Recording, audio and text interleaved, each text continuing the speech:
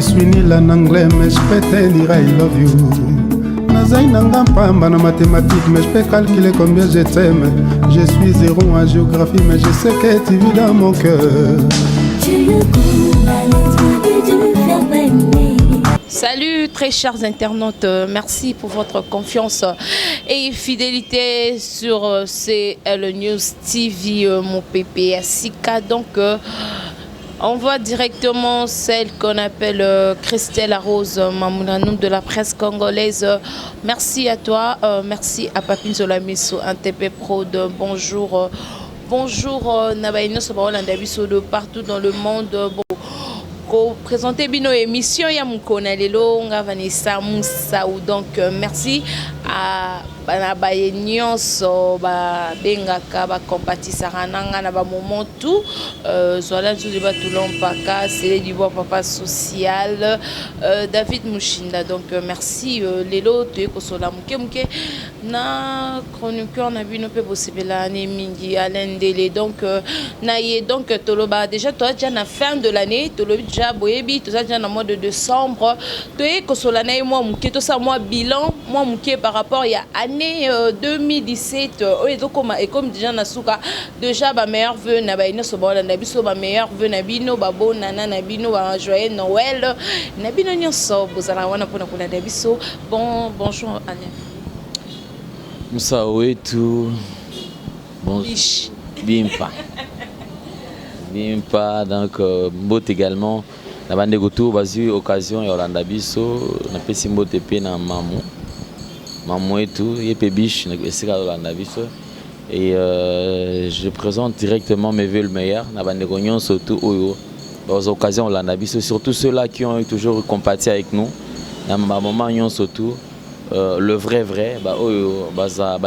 pour un intérêt mon côté et surtout ceux-là également qui se démerdent jour et nuit au monde qui a une agence à tenir quelque chose, à soutenir moralement et spirituellement, pourquoi pas, de Bagnon surtout, en tout cas de tout cœur, merci na Bagnon surtout. Et je profite également de l'occasion puisque tendre un micro pour que senga pardon to bolimbisi na bande ko nyon surtout oyo bazala qui peut être touché le long il y a année 2017 par peut-être comportement nanga et peut-être même sous manque de respect vis-à-vis na bango. Peut-être manque de considération également vis-à-vis de Bango. Dans ce cas, surtout vraiment, mais sincèrement, pardon, Balimbisanga, Nazam Moutou. Je pense que dans ce cas, vraiment, année comme aussi, là, vraiment, Balimbisanga. Je demande pardon. Na ba fan n'ignon sur ba toita l'arabiso, ba oyon sur ba tala peut-être ba négoce ba consoeur, ba confrère. Peut-être langage na banganga, ezaki qui bien été pour na bango, ebitsa bango libaku. Si j'étais vraiment pierre d'achoppement pour na bango, na osenga na bolingo ya maman ya bomoko balimbisanga. Mais je sais que tu vis dans mon cœur. Tu le connais, tu veux faire baigner. Sans toi, tu veux jamais. Yono kanga motema ngaka kwe. Jola salula na yeba rezana ba pomme rouge. Chéri nanga ya lula na yeba bisou na ba kale. Batula mpakae. Zuzi jola se. Mi na mupena sana. Les amis de Rond-Point Ngaba, président Kido, le chéni qui baby, Pacha, Zosembe City. Soki motema motezalaki transparent melakisi yotala provision bela bolingo na bomba pona yo nasina loja yo na motema nanga nasina pona yo na bomoi nanga na confirmé koza vrai champion na tournoi ya bamourir jubuka mwane jubuka mwane j'aime mon amour pour l'amour. J'aime Joalas pour la vie. On t'a fondu si maman et le cacanango Oya bungi c'est diamant. On t'a fondu c'est motuka. ndenge nini bilan ya année 2017 mpona yo eke bien mpona journaliste na biso mpona internaute na biso nyonso balanda biso selon yo omona eke bien to eke mwa mikakata? Et en parlant déjà il y a bilan, pour Nanga, je dirais peut-être que nous vivons sous la grâce. Vivre, quand RDC, te vivre rien que la grâce. Pourquoi? C'est parce que, qu'on se le dise, cette année, ils ont qui année moko Congolais qui torturé moralement, ou Congolais qui méprisé, ou Congolais qui tué. Et d'ailleurs, tueries ont continué dans le cas. C'est-à-dire année au pena, ils qui année moko ya passi pour na Congolais tout en général. Mais du moins, malamu ya année on a kolba que le quoi tout comme pena souka. Ils ont peut-être faveur obtenir, il y a cause à la vivant, tilelo. En parlant du bilan, je ne peux pas dire que puisque je trouve déjà que des gens sont en train de peiner. Et je vois mal que non, c'est bon.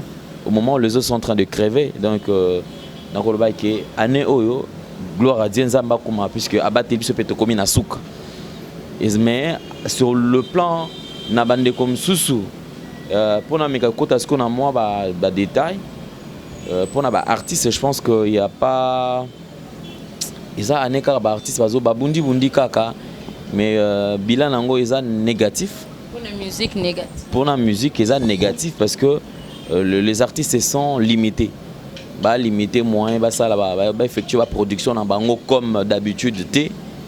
C'est vrai, ils ont sorti des albums, le qui ont changé ma méthode, des showcase et tout, mais seulement ça n'atteint pas le niveau où ils ont.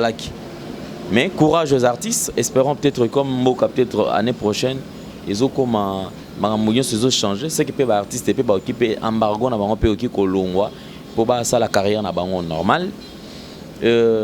Pour na Koloba na musala na biso, il y a eu beaucoup de couacs, qu'on se le dise. Tozoki si bateau belé, te verser bateau belé ma soeur. Pourquoi? Par comportement nabiso, par marambe belé to sali dans année oyo, bako fingana, eza année talaga donc tu comme si à niveau internet, je ne pense pas qu'ils allaient bongo. Ko finga tinzo te ba maman et finga mi année oyo makasi.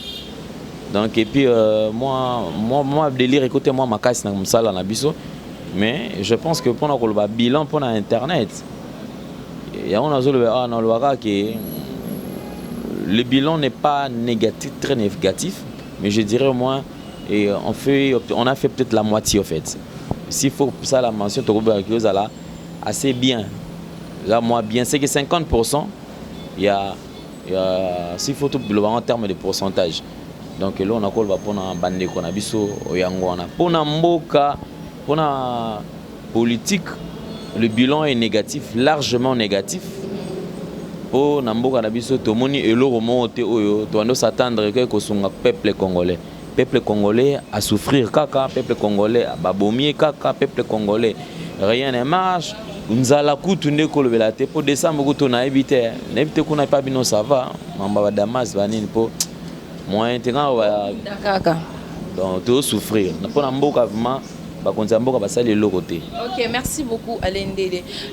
Na mode na biso internet batu mingi kando lo bakie bazoki bapota kofingana mambo ebele musu basolo la raté bakabwa na ndenga mabe poani ya bwakela ki mutu boye.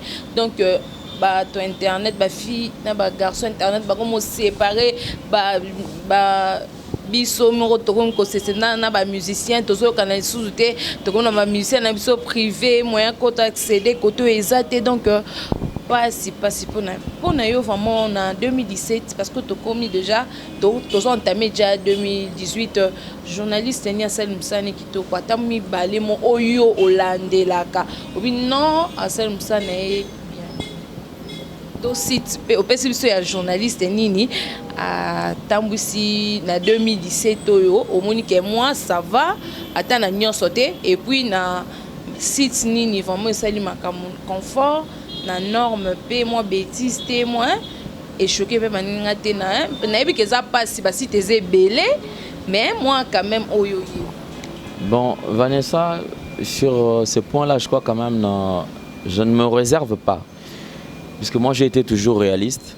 Mais seulement, on a ligné, Nazala, moi, je ne serais pas peut-être en mesure de couper ça en parlant de sites parce que bah si tu es belé et ça la musala na bango mutu na mutaza na ndenge ya sepela asala musala na ye.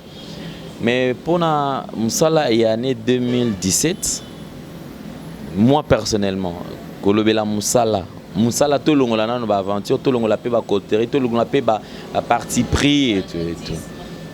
Je pense que en termes de musala ndengozolo bana pour musala succès les années montées. Surtout dans ma succès, je pouvais peut-être quoi. Ah, na succès na loba. Bon. Parce que toza bilan il y a année 2017, non? Oui, ouais. Bilan il y a année 2017. Ah. Naba journaliste o na koloba sur le plan musala travail. Journaliste o sala ki musala azaki vraiment rapide. Vraiment speed.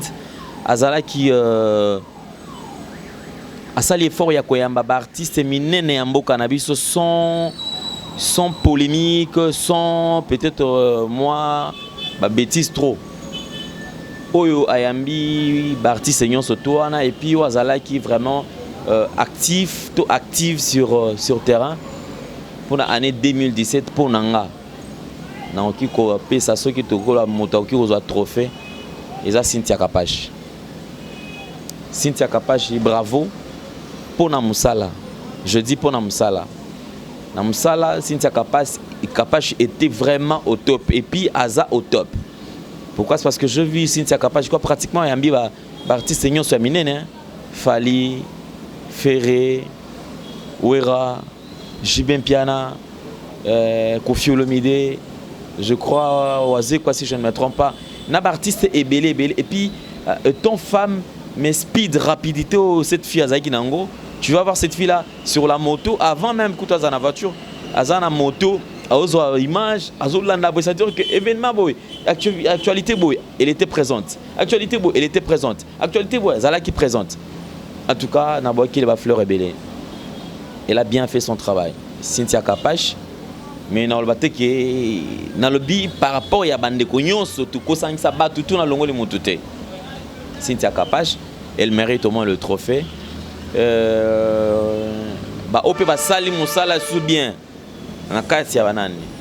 Toza na ba Glory Olangi, asala pe musala pona ko yamba, je ne parle pas na bango bazana ngwana.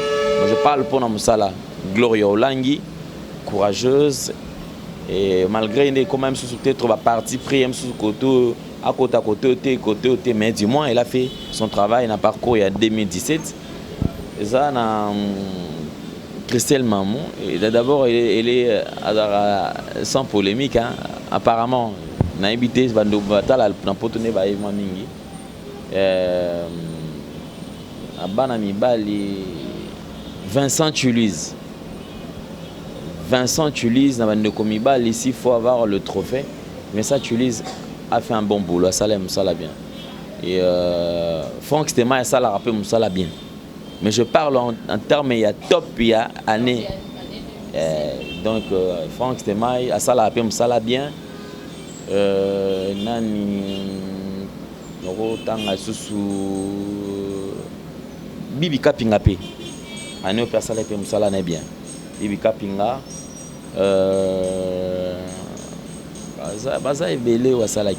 Mais en termes du succès, sondage.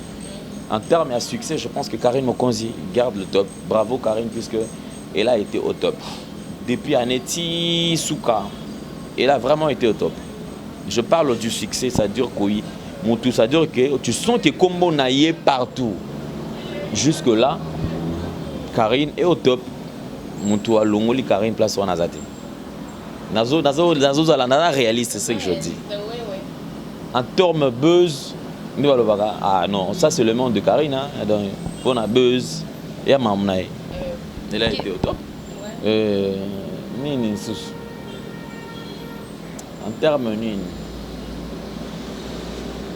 En termes de site, je me réserve, je pense que site na site ça na ndenge nango puis il y a beaucoup de réalité na kati ya musala ngo mais il y a quand même bande ko tout bazana ba site ba bunda ba samsa na bango bien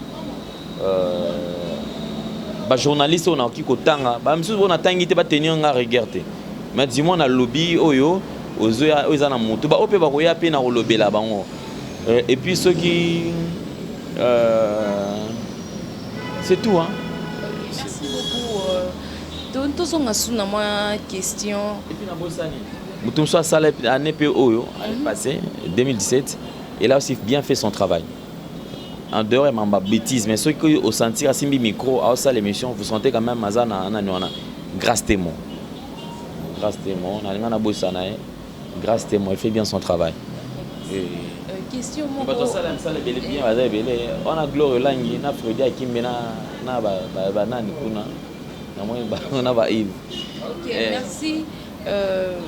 Na tozonga na mwa muke na question oyo yelinga yi mwa muke na poser yo yango ezaki buzz ba créer Gloire Langi. Bango na ba Fredi Akimbe to pesa mbote bokia.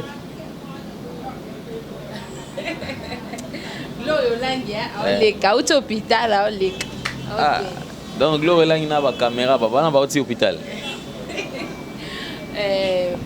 Toute question nanga que pourquoi toujours ba chroniqueuse na 2017 mingi ba chroniqueuse na ba journaliste msu bazoyo kanate pourquoi le journaliste ba comme kolanda biso netinga na zananga na fali na interdit que alende la okota wa te ponga na alende le tosola raté ou bien alende le azana pire affaire egola abi que lokola Vanessa zalana fali akoko kota awate apesi pe ba mettre conseil mutona muta affaire egola bobeta ebo sale mabe o trouva ngono eloko ni zalande très déplorable puis j'ai toujours été contre et là ça la bon c'est parce que Congolais a aigri Congolais a mtema mabe et puis les artistes et musiciens sont mal entourés.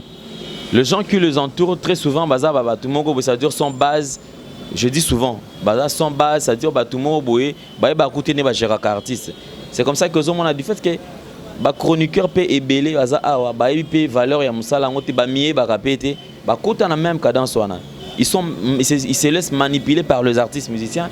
Bazoti ka artistes on a babanda comme bango ndenge balingi ça dire sala boy, yepe asali somelanga lipa, yepe asali psalanga boy, yepe asali oubliant que oyo bazo sala wana eko détruire eza ko détruire mon sala na bango omoni puisque déjà netinga moi je vois mal artiste nino bena ko bisanga ndenge au travail nanga je salue El Budji Cappuccino ou aza na France pour un mixage à album puisque c'est vrai le 15 déjà la sortie mondiale de l'album Double Face de l'artiste Double Face et bimanga pe no fêter mbota mananga le 15. Donc double face. Si que c'est déjà des abonnés, Nayo, je t'invite déjà le 15 là. Ouais, le 15, nous avons invité yo. Nous avons sorti malamor et album Double Face puisque c'est un album qui a beaucoup de surprises, beaucoup de couleurs. Bravo à l'artiste El Budji Cappuccino. Ouais. J'ai confiance. Un garçon intelligent. Aux hommes artiste. C'est-à-dire artiste et moi pour yo oyanano manipuler. Il faut la plus intelligent que y. Aux hommes. Donc ce sont des gens il y a des gens qui ont mis bagaté. Aux hommes, ils ont mis bagaté. Comme artiste a manipulé et en le manipulant et comme que mutuango moyen à évoluer qu'il bosso exaté. Mais le jour où le chroniqueur de la musique, il y a beaucoup cannabis awa, il y a internet, ba vraie valeur na bango, je pense qu'ils vont dire non na katia magam oyo. Et puis aussi là, je travaille de temps à autre avec El Budji Cappuccino. Des fois, ceux qui héritent Watana Bazana Misala, parce que ce sont des artistes, ils ont la même prise, Ferregola, ils ont la même Fali Poupa.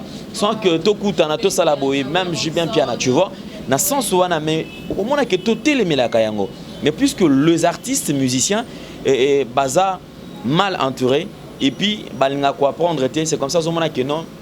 Basé sur na bazo bazo kotsa yango même na kati ya musala zomona et ezo bomela biso musala le loto kolobela ngo susni to lobelo roté pourquoi parce que ba yebi ba miyebi te ba mitiki pe ba manipuler bango sakana na bango. Division est belle. Mais je te dis que cette bassesse là, on est ça la peu que Moussala Ekita. Tu vois déjà, donc bon retour au pays. Le patron lui-même, hein, est essayé de moment. En tout cas, merci, bon retour au pays. Merci. Alors, nous Ozomona, nous sommes à toi na LTC. Ozomona donc LTC en personne, Fernando Azongi, Atimboka Malili, Azara na Congo. C'est-à-dire que le jour où les artistes, les journalistes, ils kosimba le sous-souté, né au comment on appelle Makambouana et Kosila. Mais aussi longtemps que ba bêtise wana to ba naomi tikaka pas ba artiste ba manipuler biso to za biso kaka boy. Mais chaque chroniqueur journaliste doit faire un effort de connaître ce que eux akatinaye. Et puis oye aza. Ceux qui captent maramona, je vous assure que maramotu est aussi là. Ozomona. Donc ngai ya on a zolo na bande ko tuba zonga na nzela yango zomona kelelo azana tsoko solo na oyo moyo qui n'est pas oezate. Et puis en plus de cela, ngana ba ki moi je suis réaliste.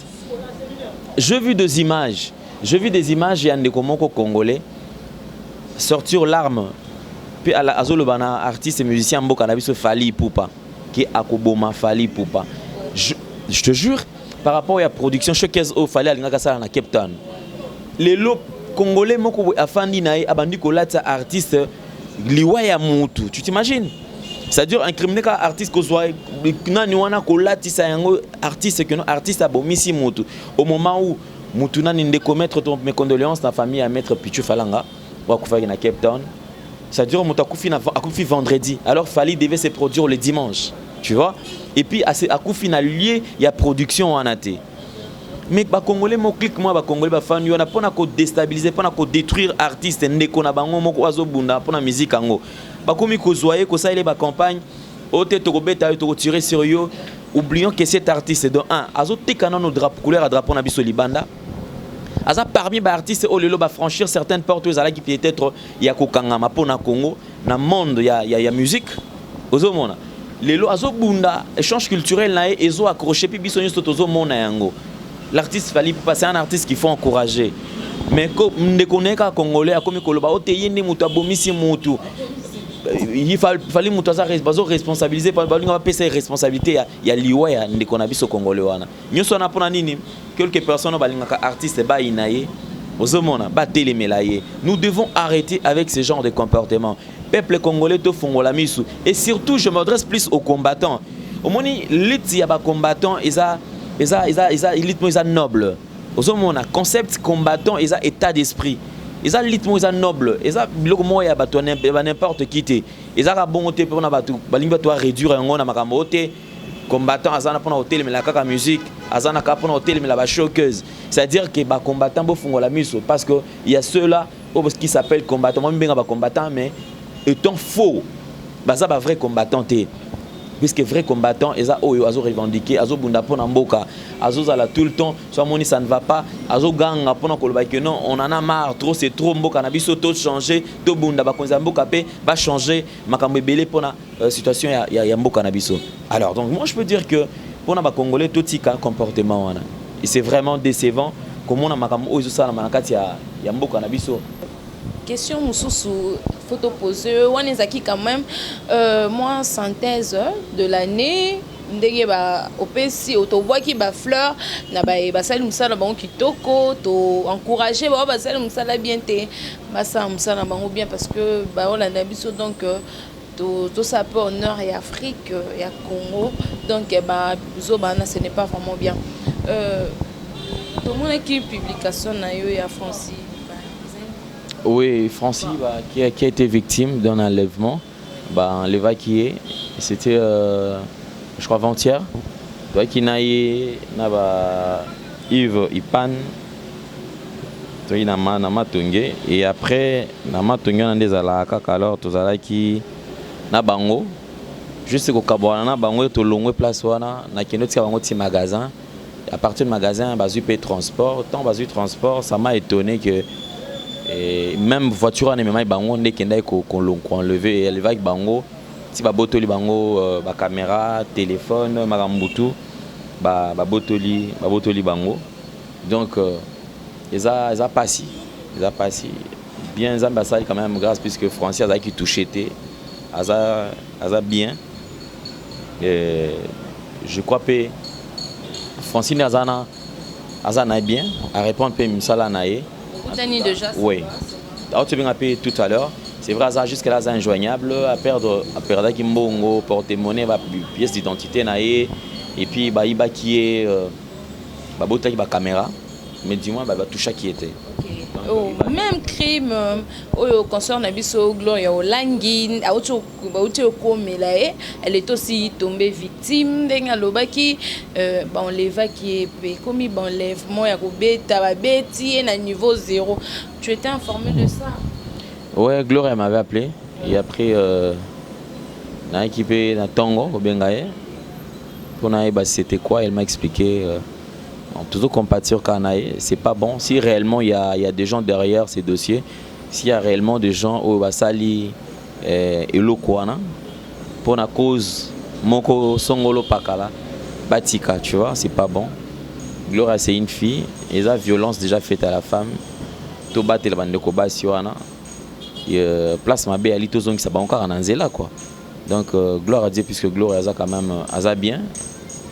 Selon témoignage, c'est un qui enlevé qui a un côté Tigo, mais dans la qui peut René Biri au pays pas lobby que non, et qui violer qui est bête qui pas mobile nae deux informations. La personne, on dit c'est quoi information parce que internet c'est pas comme une équation. Elle-même Gloria dit que on l'a frappé à mort, mais il y a deux autres gens qui disent que violé mobile a bêtier pour nous to la information. Je crois que nous ne peut consoler un orphelin que celui qui est orphelin.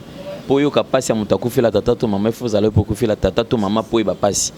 Pour y passer à mutu enlever, il faut aller payer pour enlever yo ata pour comprendre que nengi mambo ezalaka. Alors ngai lo na ki koloba ezak Gloria aza bien importante, le reste est en importante. Gloria n'est pas mieux placé. Et puis TV et radio T. Toi tu penses que ceux qui nous regardent bazoba bazotala et puis bayebi ko attribuer faute bayebi ceux qui nani azam asali mabe teza lokota teza malam bango moko bayebi. Mais seulement ceux monto na maman ya pas si c'est pas bon bosala ka ko ça lève contre image, c'est-à-dire que ça les campagnes à lobby boyebi no bosala ko contredire puisque ça m'a l'air, je pense que Abir Azali Kinanga lorsque Wakanga qui est non a fait à ce que Babimisaï, tu vois. Alors je peux imaginer que nous avons Kangama 2 jours le temps biso tozoya poto yo bimisaï autosali maramio surtout poto bimisaï. Toi tu penses que mutuso ça là qui image mo boye pona le bakene za ki lokota ça là qui Abira au CPLA tu vois. Donc Abir sur ça là qui on a monté un moko à mabeto pour un succès to buzz batika. Et moi je vois mal succès en openeza boy na internet tango tu vois que batuyon se baza na bongo, c'est-à-dire ils sont en train de crever de faim. Bango bazaka balela na bango pekaka bazape na mbongo akomela kaka te ya kolia pekaka te bazape na mituka pete bazape na banda ko pekaka te. À quoi sert le succès? Faisons le succès net ba artiste moni ba fali pour ba osala ndenge ba faire rigolo ba osala, c'est-à-dire le succès qui va de pair avec l'argent, tu vois, na ba moyen muto osala succès mbongo pe ezolanda place yazali et non osala on est parce que c'est le contraire dans la combo munene mangamba mbongo kuna, tu vois. Succès pena, succès makasi, mais ma moyen boé, moins de vivre moyen t'es, asa vraiment pauvre, tu vois, ils a pas si, ils ont la bien le but succès ici là, mais aux la stable, tu vois, donc là on a quoi le bas et en moi non. Ok, merci beaucoup. Donc comme vraiment Nasuka, il y a émission Nabiso et à Mkonalelo. Au moment de la fin, conseil na ba chroniqueuse na ba chroniqueur o ba sali musala na bango bongo faut ba sala ndenge nini na ba yo pe ba sali bien faut ba sala parce que mutu muso be sali bien au moins comme faible. Donc un mot de la fin pour tous les journalistes internautes o nyoso ba sali musala na bango bien na ba yo ba o mekana ko sala faut ba sala ndenge nini faut ba se rattraper ba o ba sali musala na bango bien, bravo, ba continuer ba évoluer puisque musala il y a des tata, il y a des mamans. Bah, ceux qui étaient peut-être faibles cette année, bah, ça l'a effort, année au quota, bah, maximiser la chance et puis bah, ça la performance c'est à ma case, tu vois, ils se donnent à fond pour que bazala pe compter parmi ba grand parmi ba o basali musala na bango bien et pour na ba oyo ba bike msoza ki pena plus na mamba kofinga ba oki kosenga kaka pe pardon tu vois ba c'est pas s'excuser pas ba topé ba mekampe ko bongisa. Je reprends encore pour dire que bah pour na ba chroniqueur to lingana bolingo ezala entrevue parce que eno comme ko tanakati ceux qui moko ko to komi na ko bomana et comme mabe tu vois et l'opé ba to oyo la yeba na ngo pété ko ina na ngo pe makasi mais tu vois donc tout ça vraiment bolimbisi tozongela voir na biso normal tous à la famille tous à la à l'aise biso nyon surtout donc et là on a ki koloba yango wana. OK, moi quelques dédicaces numéro de contact na yo peut-être bakusu basepeli ko solana yo par rapport à idée malamo pesi bango na mkona lelo po wa partager parce que balanda biso ndolando babi landa no émission lende la pesi conseil mo boé et ça la moi bien. Merci. Donc encore une fois donc on est na bandaki nenge susu na bandeli à la fin l'année 2017 zaki année moko ya passé pour na biso na osenga merci na bande konyo surtout au ba soutenir na le long année 2017 surtout na ba épreuve na kutana inango disparition papa nanga ba soutenir ki ngai en tout cas nzamba pambola bango ba journaliste ba fan ba papa ba maman je sais que les gens on a mon année au kaka j'ai été cité dans une histoire qui n'avait pas de il va nous tenir debout en fait et ça là que ba te belé bazokaki ba aussi imaginer que Alain à la cité na kati ya mamane ngwana donc encore une fois de plus c'est que je peux dire na kosenga bon cas pardon ba limbisa o ileka qui année passée année oyo ba limbisa ba pesanga sous place na mitema na bango ba otu na betali baku ba limbisanga donc merci encore na bambino nyo surtout pour na dédicace. Merci na moko ça la fierté à football et à mboka na biso. Donc Chancel Mbemba, merci beaucoup pour na nyon surtout oyo a ça la pona ngai. Donc Chancel Mbemba merci. Merci na Francis Beto fait bonne année Nicaragua, motema Arlette Tandu Diogo Mnene na Suisse. Merci na ya Janice Tachunga pour to banga michur ya mère Anita Sita. Merci na impresario Claude Ndombasi.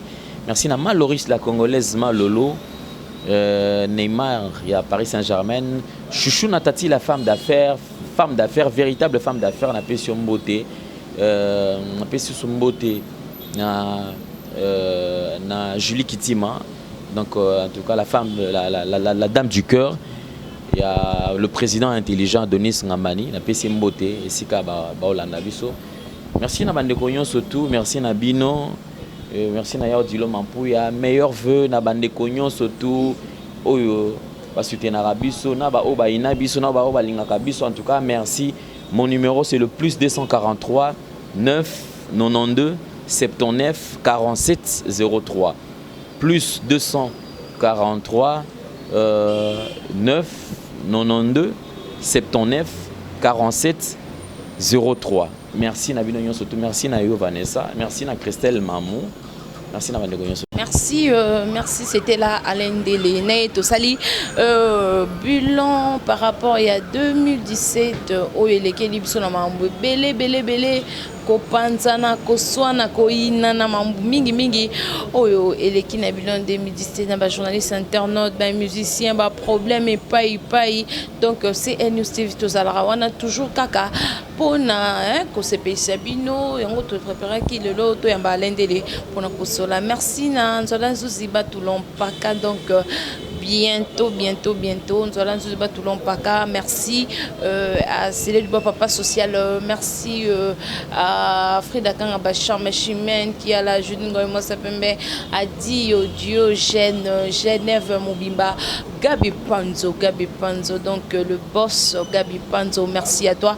Bientôt là c'est mon anniversaire le 15 décembre, appel SMS Nebino Salanga moi plaisir il y a trop Nebi que na lela bino fort Debino pe bolela fort donc lobby bon monenga moi donc donc na obonsaka musalo pour na ka ko satisfaire bino pour na ko sala bino toujours plaisir Golo Mayala pour les images bilan Golo Mayala nga mon c'est la Golo Mayala bilan na ezaki bien mais 2018 bongisa moi konzo quoi Golo Mayala bongisa musala na yo tant le seul homme autotikala na ye wana